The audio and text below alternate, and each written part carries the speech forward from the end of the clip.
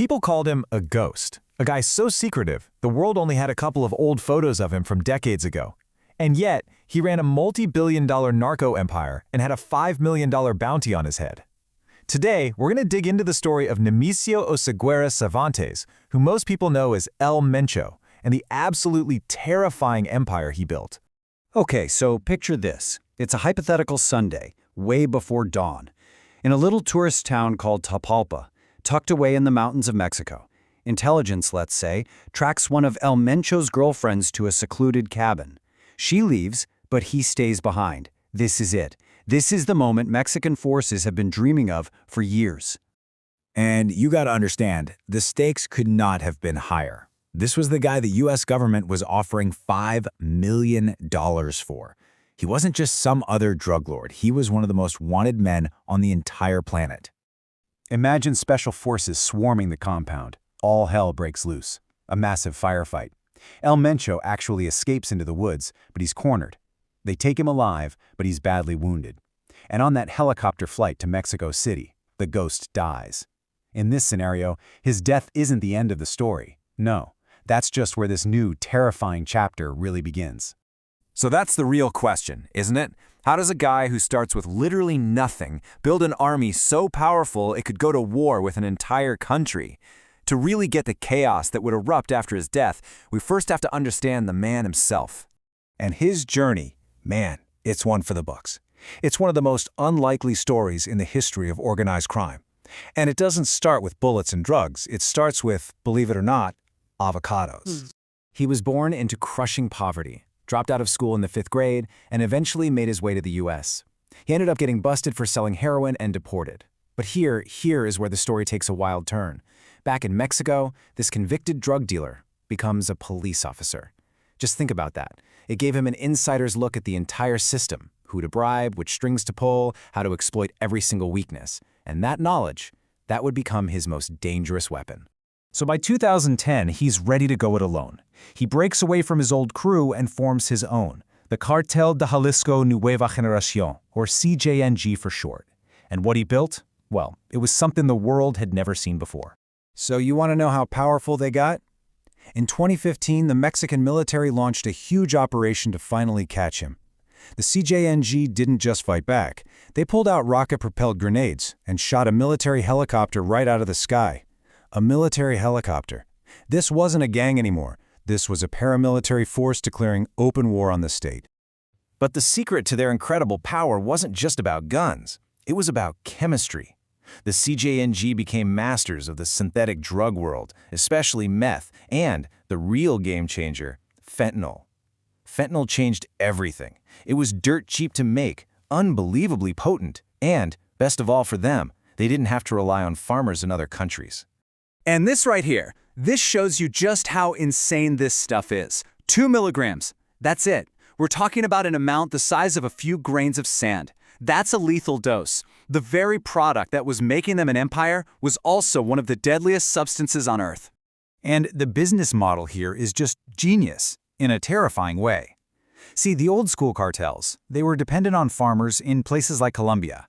The CJNG, nope, they just needed to import some precursor chemicals from China and cook up the drugs in their own labs. A fentanyl pill that cost them maybe 10 cents to make could sell for $30 on the street. The profit margin it's almost unbelievable.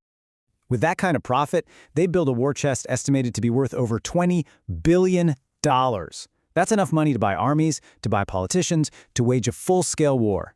But, and this is a big but, money alone doesn't explain how they got so big so fast. They were thriving in a system that was perfectly designed for them to take over. Right, so the CJNG didn't just pop up out of nowhere. You have to understand, for decades, institutional failure in Mexico had created the perfect breeding ground for a monster. It all boils down to this one simple, terrifying choice that's been offered to officials across the country for years.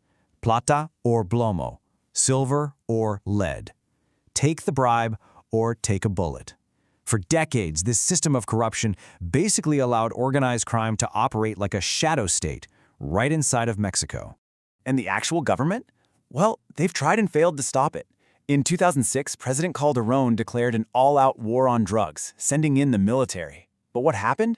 You cut off the head of the snake, and you just get a bunch of smaller, angrier snakes. It just splintered the cartels. Then, in 2018, President AMLO tried the complete opposite. Hugs, not bullets, focusing on social programs. But the violence just kept going. It seemed like neither war nor peace could fix the problem. And now we get to a really shocking part of this story. Because while America was the biggest victim of these drugs, you could argue that American policy was also one of its greatest architects. A series of disastrous decisions helped build the very crises America was supposed to be fighting. Okay, let's break it down. First, back in the 80s, the CIA was openly training anti-communist rebels on a ranch owned by one of Mexico's biggest drug lords. Yeah, that really happened. Then, in 1994, the NAFTA trade deal opened the floodgates. Truck traffic across the border exploded, creating a superhighway for smugglers.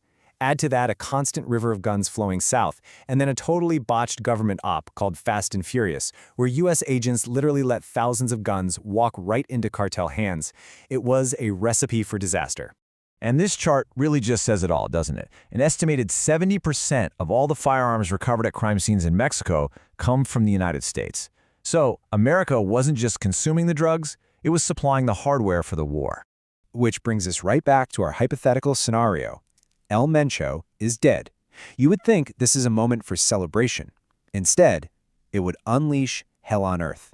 The CJNG would respond with a coordinated campaign of what you can only call narco-terrorism.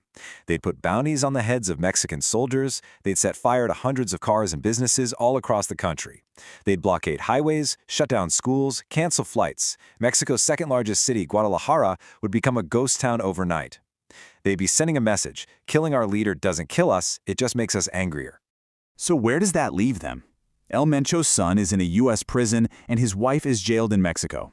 With the top leadership gone, a bloody internal war for control among the remaining commanders would be almost inevitable. And what about the country itself? I mean, history shows us that every single time one kingpin falls, two more just rise up to take his place. Can that cycle ever really be broken? Especially when the demand for drugs in the U.S. is still there, as long as American guns keep flowing south, and as long as corruption pays better than a police salary. And I'll leave you with this final thought. In 2026, the FIFA World Cup, the world's biggest sporting event, is set to hold matches in Guadalajara, the very heart of the CJNG's territory. In our scenario, that city just became a war zone. It's a chilling thought, a global celebration right in the middle of one of the world's most dangerous cartel strongholds. What could possibly go wrong?